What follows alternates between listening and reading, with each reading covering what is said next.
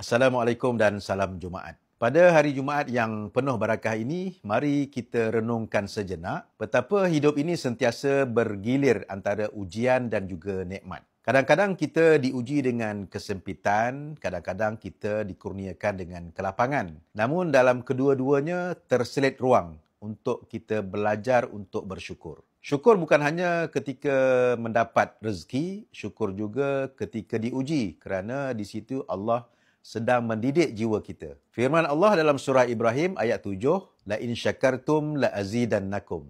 Jika kamu bersyukur, nescaya aku akan menambah nikmat kepadamu. Nikmat bukan sekadar harta tetapi juga kesihatan, masa, keluarga dan ketenangan hati. Namun ramai di antara kita yang hanya mengingati nikmat setelah ia hilang. Apabila kita belajar mensyukuri setiap detik, walaupun ianya kecil, kita akan temui ketenangan yang tidak dapat dibeli dengan wang. Kerana hati yang bersyukur tidak mudah gelisah dan jiwa yang reda tidak cepat kecewa. Moga kita terus menjadi insan yang bersyukur dalam ujian dan tenang dalam nikmat.